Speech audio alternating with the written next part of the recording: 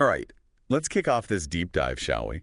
We're going on an archaeological adventure today, folks, uncovering some of those mind-blowing discoveries that make you rethink everything you thought you knew about history. We're talking about the top 10 amazing archaeological discoveries based on, well, let's just call it our treasure map for today. It's not just about digging up old stuff. Right, it's like solving a giant puzzle. Exactly. Where each piece, each artifact, tells a story. Okay, so let's start with a story that's, well, frozen in time Pompeii. Everyone's heard of Pompeii. Of course. The Roman city buried by Vesuvius. Buried in ash, yeah, back in 79 AD.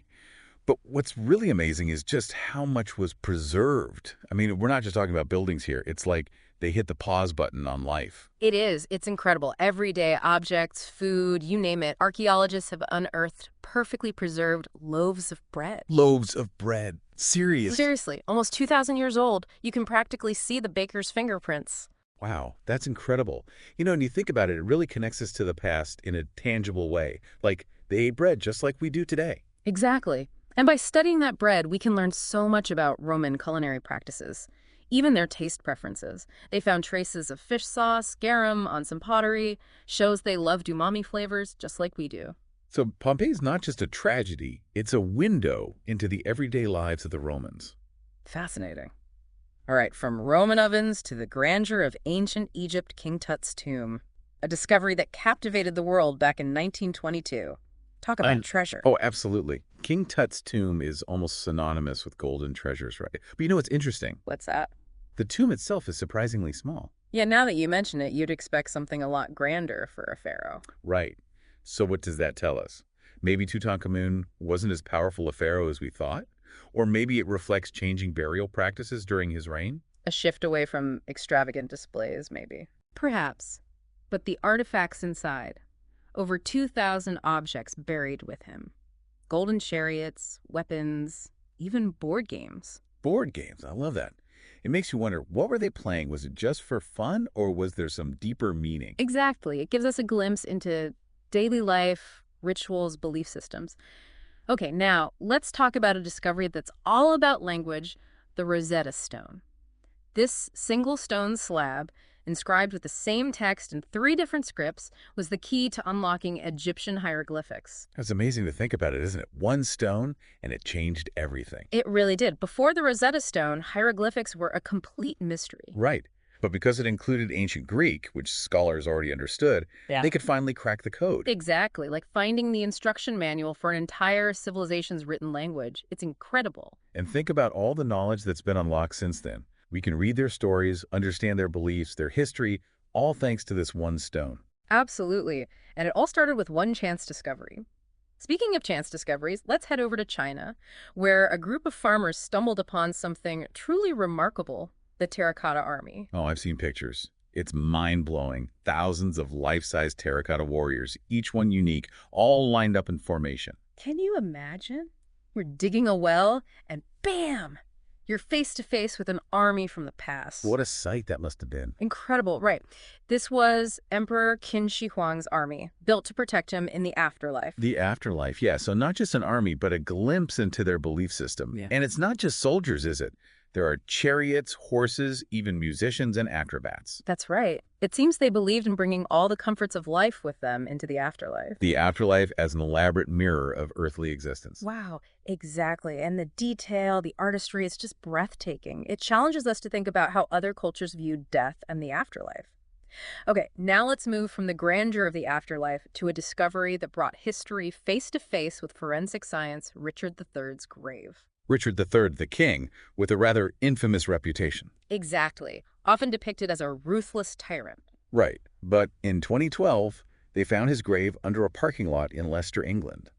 And the discovery challenged a lot of assumptions. It did, because his skeleton revealed that he suffered from scoliosis, a severe curvature of the spine. Something that was often emphasized in historical accounts to portray him as, well, deformed and villainous.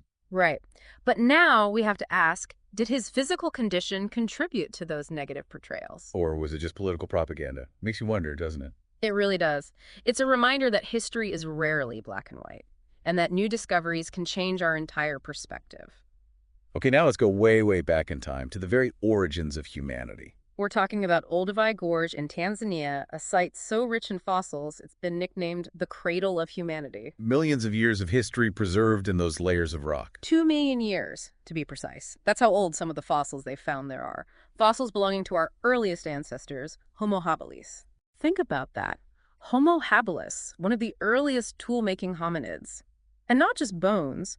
They've also found tools, animal remains, even footprints preserved in volcanic ash. Footprints. Yeah. That's amazing. It's like stepping into a prehistoric snapshot. Yeah. You can almost picture them walking there, making tools, interacting with their environment. Exactly. And what's fascinating is they've even found evidence of social structures. The way the tools and animal remains are clustered suggests they were working together, sharing resources. Early forms of community living, perhaps. It seems so. The instinct to collaborate, to form communities, it's deeply ingrained in our lineage. Wow. Makes you realize how far we've come, but also how much we share with those who came before us. Absolutely. Okay, now for a discovery that highlights our innate desire for self-expression, the Cave of Altamira in Spain. Cave paintings. It's like peering into the minds of our ancestors, seeing the world through their eyes. Exactly. And at Altamira, these aren't just simple sketches. All right, we're talking about vibrant, life-size depictions of animals, hand stencils, abstract symbols, and all created over 14,000 years ago. It's incredible, isn't it? The skill, the artistry. They used pigments from natural materials, charcoal, ochre. Ochre, that's a natural clay earth pigment. Exactly. And they blended them to create different shades and textures. A prehistoric art studio. Truly. And here's what's even more intriguing. Some of the animal depictions seem to be in motion. Really? Yes, suggesting perhaps early attempts at storytelling. Wow. So not just art for art's sake. Exactly. These paintings likely had a deeper meaning, ritualistic, maybe even spiritual. The dawn of human expression, the urge to create, to communicate, to share stories and beliefs. A legacy that resonates with us even today. All right, let's shift gears now to a discovery that's had a profound impact on our understanding of religious history. We're talking about the Dead Sea Scrolls. Imagine this. A shepherd boy in the 1940s, wandering through the Judean desert, stumbles upon a cave filled with ancient scrolls. It sounds like something out of an Indiana Jones movie. It does, and it's just as incredible. We're talking about hundreds of scrolls dating back over 2,000 years. Some of the earliest known copies of biblical books. Exactly, and not just biblical texts, but commentaries, legal documents, even hymns. Wow. A window into the lives and beliefs of a community that lived centuries ago. Absolutely. And what's fascinating is that some of these texts don't appear in the traditional Hebrew Bible. Alternative versions. That's interesting. It is. It sparks all sorts of debates about the development of religious traditions and the canonization of sacred texts. It makes you realize that history is constantly being rewritten as we uncover new evidence. Exactly. Now, for our final stop in this segment of our deep dive, let's go back to a world of warriors and glittering treasures. Picture this. A man in England, using a metal detector in a field, stumbles upon something extraordinary. We're talking about the Staffordshire Hoard, right? The Staffordshire Hoard, the largest collection of Anglo-Saxon gold and silver ever found. Over 3,500 items. That's insane. Isn't it? And here's what's really mind-blowing. This one hoard represents over 60% of all known Anglo-Saxon artifacts. 60%. That's incredible. It's like finding a lost library that completely changes our understanding of a civilization. Exactly. And the hoard is mainly composed of military objects, intricately decorated sword hilts, helmet fragments, pieces of armor. So it speaks to their warrior culture. It does, but it's not just about brute force. Take the gold and garnet sword hilt, for example. I've seen pictures. It's a work of art. Exactly. The craftsmanship is phenomenal. It shows a level of sophistication and artistry that we might not have expected. It challenges the stereotypical view of Anglo-Saxons as just rough and tumble warriors, doesn't it? It does. And of course, there's the mystery of why this hoard was buried in the first place. A mystery for the ages. Was it buried to protect it during a war? A ritual offering? Yeah. Lost treasure? We may never know for sure. And that's part of what makes it so fascinating. It's a reminder that there are still so many secrets waiting to be uncovered, stories waiting to be told. And we've only just scratched the surface. Welcome back, everyone. So we've just scratched the surface of some pretty incredible discoveries, haven't we? From Roman bread to a Chinese terracotta army. We've barely begun. There's still so much to explore, and each discovery adds another layer to our understanding of the past. Absolutely. Okay, so for our next stop, let's head to a place that's shrouded in mystery, a place that's captured imaginations for centuries. Oh, I know where we're going. We're heading to Easter Island. Easter Island, a tiny volcanic island in the middle of the vast Pacific Ocean. And of course, it's home to those iconic Moai statues. Ah, the Moai, those giant stone heads gazing out over the ocean. It's a sight that never fails to amaze. The first time I saw a picture of them, I was just blown away. I mean, how did they carve them? And how did they move them? Some of those statues weigh over 80 tons. Right. The logistics are mind-boggling. Yeah. The Moai were created by the Rapa Nui people, the Polynesian seafarers, who settled on the island sometime between 900 and 1200 AD. They represent deified ancestors and were believed to embody spiritual power. As for how they were moved, well, there's a popular legend that says they were walked across the island. Walked. Seriously. Yeah, it's a great story, but archaeologists think it's more likely they used a combination of ramps, rollers, ropes, and a lot of manpower. Okay, that makes a lot more sense. I mean, divine intervention is one thing, but even the gods would need some help moving those things. So hundreds of people pulling, pushing, chanting. It must have been quite a sight. Imagine the effort, the coordination. It's a testament to their ingenuity and their dedication. They clearly believed that these statues held immense spiritual importance. Right. But there's another side of this story, isn't there? A cautionary tale. The Rapa Nui civilization, they faced some serious challenges. They did. Deforestation, resource depletion, societal upheaval. It all took its toll. It's a reminder that progress isn't always a straight line, right? Exactly. Even the most advanced societies can face setbacks. And the Moai, those silent sentinels, they stand as a reminder to us all. A reminder to respect our environment, to be mindful of our resources. Okay, so from the mysteries of Easter Island, let's shift gears again and head back to England for a discovery that throws a bright light on a period of history that we're still learning so much about. Oh, this is one of my favorites. We're going back to the Staffordshire Hoard. The Staffordshire Hoard. Okay, so for those who don't know, picture this. A guy with a metal detector walking through a field, and suddenly, bam! He hits the jackpot. Not just any jackpot, the Anglo-Saxon jackpot. The largest collection of Anglo-Saxon gold and silver ever found. Over 3,500 items, and not just any old items. We're talking intricately crafted sword hilts, helmet fragments, pieces of armor. It's a treasure trove. And remember, this one hoard represents over 60% of all known Anglo-Saxon artifacts. 60%. Yeah. So it's not just about the gold and silver. It's about the knowledge, the insight it gives us into their culture. Exactly. It's a game changer. We're talking about intricate designs, incredible craftsmanship. It challenges the stereotypical view of the Anglo-Saxons as just rough, barbaric warriors. Right. It shows a level of sophistication that we might not have expected. And it's not just the artistry, it's the mystery. Why was this hoard buried in the first place? Was it hidden during a time of war? Was it a ritual offering? We can speculate, but we may never know for sure. And that's part of the allure, isn't it? It definitely adds to the intrigue. Okay, now let's travel back in time to the Roman Empire and revisit a place we talked about earlier, Pompeii. Pompeii, a city frozen in time, a snapshot of Roman life preserved by the catastrophic eruption of Mount Vesuvius. A tragedy, yes, but also an incredible opportunity to understand what life was like in a Roman city nearly 2,000 years ago. Think about it. Archaeologists have uncovered everything from houses and shops to temples and theaters. They even found food, tools, even graffiti on the wall. Yes, it's like stepping back in time. You can almost hear the sounds of the city, the voices of the people. And what's particularly poignant are those plaster casts of the victims. Haunting reminders of the human cost of that eruption. You can see the expressions on their faces, frozen in time. It's a sobering reminder, isn't it, that life is precious and fleeting. But it also speaks to the resilience of the human spirit. Even in the face of disaster, life goes on. People adapt, they rebuild, they find ways to move forward. All right, from the drama of Pompeii, let's turn our attention to a discovery that celebrates the ingenuity of language and the power of communication. Let's revisit the Rosetta Stone. Ah, the Rosetta Stone.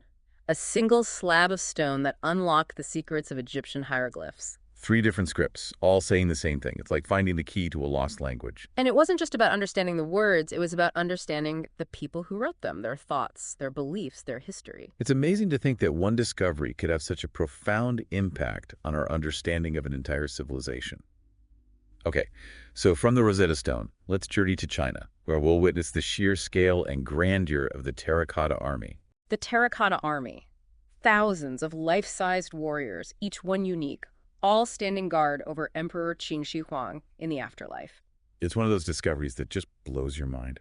The sheer number of figures, the detail, the artistry, it's just incredible. Imagine being one of the workers who created these statues, Meticulously molding the clay, painting the details. knowing that your work would be buried with the emperor, part of something grand and eternal. It's a connection across millennia, isn't it? A testament to human creativity and the enduring power of belief. It really is. Okay, now for our final discovery in this segment, let's return to England for a find that brought history face to face with forensic science, Richard III's grave. Richard III, the king, shrouded in controversy, portrayed as a villain, a usurper. And yet, the discovery of his grave under a parking lot in 2012 allowed us to see him in a new light. His skeleton revealed that he suffered from scoliosis, a severe curvature of the spine, a detail that was often used to portray him as deformed, even monstrous. Exactly, but now we have to ask, was that portrayal accurate? Or was it just propaganda, a way to discredit him? It's a reminder that history is often written by the victors, and new discoveries can challenge our assumptions. It's also a testament to the power of science to illuminate the past. By analyzing his remains, we were able to learn more about Richard III than ever before. And that knowledge helps us to understand him as a complex individual, not just a caricature from history books. Okay, so from the mysteries of Richard III, let's go back to the very beginnings, to the origins of humanity, back to Olduvai Gorge in Tanzania, the cradle of humanity. Olduvai Gorge, where the layers of rock tell a story that spans millions of years. A story of our earliest ancestors, their struggles, their triumphs, their journey to becoming human. Fossils dating back almost 2 million years. Tools, animal remains, even footprints preserved in volcanic ash. Footprints, imagine that, a glimpse into the past, a moment frozen in time. Those footprints tell us that our ancestors walked upright, that they used tools, that they interacted with their environment in complex ways. It's a humbling thought, isn't it? And to realize that we are part of a story that stretches back millions of years, and that the journey continues. It does. And with every new discovery, we learn more about who we are, where we come from, and what it means to be human. Welcome back to our final dig site, folks. We've unearthed some incredible treasures on this journey, haven't we? But I've got to say, this next one, it's a real head-scratcher, even for the experts. You must be talking about Easter Island. Those Moai statues, eh? They've got a way of captivating the imagination, that's for sure. It's more than just captivating, right? I mean, it's baffling. How did they carve these massive things? How did they move them? And then why'd they just stop? Well, let's take it one mystery at a time. The Moai, they're more than just statues to the Rapa Nui people. They're deified ancestors, embodying spiritual power, a link to their past. So these giant stone faces gazing out over the ocean. They're guardians, watching over the island, connecting the living to those who came before. Powerful stuff. Now, about that moving business. The walking statues legend. Yeah, that's a good one. Great story, but archaeologists have found evidence of ramps, rollers, ropes, tools that would have taken a ton of people working together to move those massive blocks. So a little less magic, a little more muscle. Pretty much. It speaks to their ingenuity, though, right? And their dedication. Moving those statues must have been a monumental undertaking. It makes you wonder what happened. Why did they stop? Well, the Rapa Nui civilization wasn't immune to the challenges that face any society. Deforestation, limited resources, internal conflicts. It all added up. So even on a remote island paradise, things can fall apart. Sadly, yes. The Moai stand as silent reminders of that. A reminder that we need to be mindful of our resources, of the choices we make. The powerful message, that's for sure. But even in their silence, the Moai still speak to us, don't they? They speak of a people who dreamed big, who created something truly awe-inspiring. That's beautifully put. And that's the magic of archaeology, isn't it? It connects us to the dreams, the struggles, the triumphs of those who came before us. It reminds us that we're all part of this incredible story, this human story that's been unfolding for millennia. We've journeyed through time, haven't we? From Roman bread to Egyptian tombs, Chinese armies, and those enigmatic statues on Easter Island. We've walked in the footsteps of our ancestors, marveled at their ingenuity, and learned from their mistakes. And I hope along the way we've sparked a little curiosity, a desire to keep exploring, keep asking questions, because there's still so much out there to discover. That's right. The past is never truly gone. It's just waiting for us to uncover its secrets. And who knows what amazing discoveries are still out there just waiting to be found. Thanks for joining us on this deep dive, folks. Keep exploring.